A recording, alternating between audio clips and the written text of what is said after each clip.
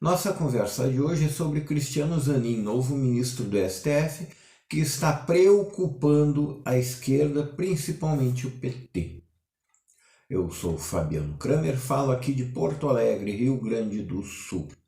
Peço a você que, se ainda não é inscrito no nosso canal, nos dê essa força, nos dê essa ajuda, inscreva-se aqui no canal, aperte esse botãozinho, inscreva-se, já deixe o seu like para dar relevância aos vídeos, divulgue os nossos vídeos, compartilhe os nossos vídeos com seus amigos e deixe um recadinho nos dizendo de onde você nos assiste. Vamos ao assunto de hoje. Primeiro, uma boa notícia, né? A CPI do MST, né, vai ganhar maioria novamente, né, da oposição, porque essa reforma ministerial que o PT está fazendo, né, está mexendo na composição, né, e vai novamente colocar como maioria os deputados, né, de oposição. Segundo o jornal Hora Brasília, em meio à indefinição da reforma ministerial do presidente Lula, os partidos como PP, republicanos, realizam substituições na Comissão Parlamentar de Inquérito, CPI, do MST. A movimentação resultou na oposição retornando à maioria no colegiado. Agora, o relator da CPI, deputado Ricardo Salles, do PL de São Paulo, avalia o indiciamento de figuras ligadas ao governo. Isso é uma boa notícia. O PP, sob liderança de Arthur Lira, abriu espaço para representantes do PL, partido do ex-presidente Bolsonaro, enquanto o republicano fez mudanças. O União Brasil considera substituir parlamentares aliados a Lula por aqueles favoráveis a Bolsonaro, conforme aponta o jornal O Globo. Atualmente, a oposição domina 15 membros, em contraste com 9 governistas. Há rumores em que o relator busca indiciar nomes próximos ao governo, como José Rainha, líder do FNL, né?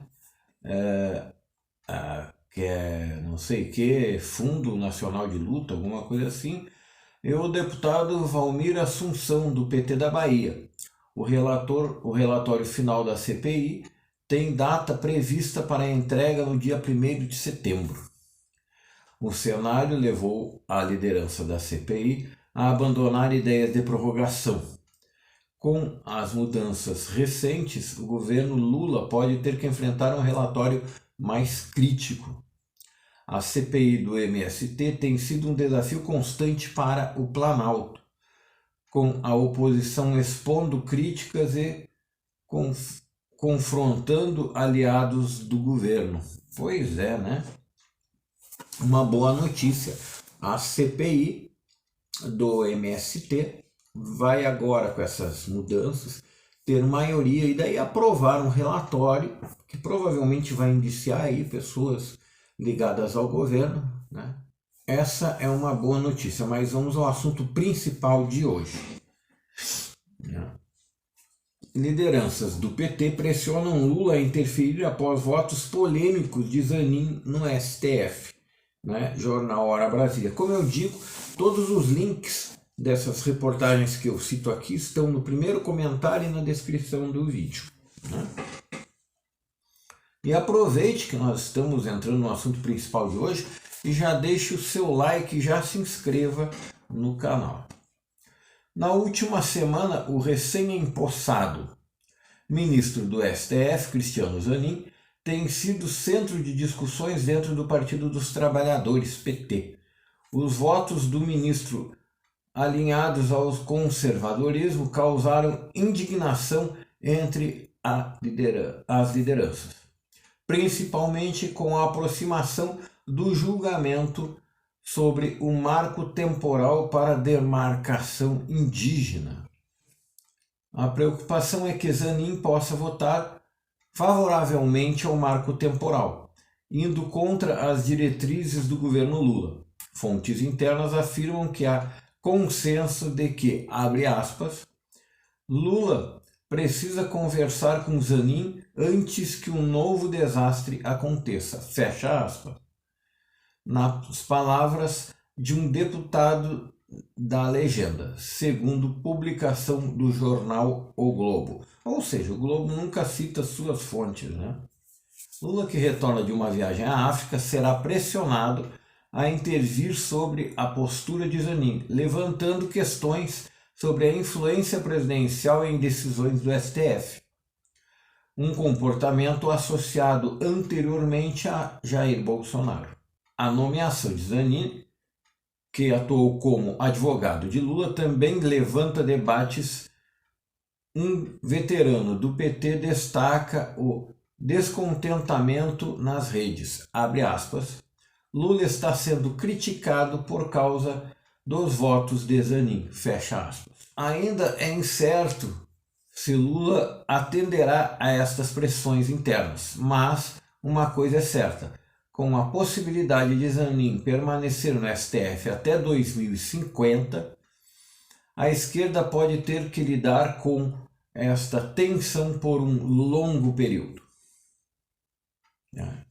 Então nós temos aí a preocupação do PT com o seu indicado para o STF, né? Aí também, na sequência, temos no mesmo jornal, STF retoma decisão sobre marco temporal e esquerda se preocupa com o voto de Zanin. Então eles estão preocupados, né? Zanin acabou se mostrando um legalista, né? Garantista, não alguém com comprometimentos de esquerda. Isso está dando dor de cabeça para a esquerda, né? Nesta semana, vamos à reportagem. Nesta semana, o STF retorna ao julgamento sobre o marco temporal das terras indígenas na quarta-feira, dia 30, e aliados do governo Lula estão preocupados com o voto do ministro Cristiano Zanin. Estão preocupados. Nas últimas semanas, Zanin se posicionou contra o reconhecimento da DPF relativa à violência policial contra indígenas guaranis kaiowás, conforme publicado no Estadão.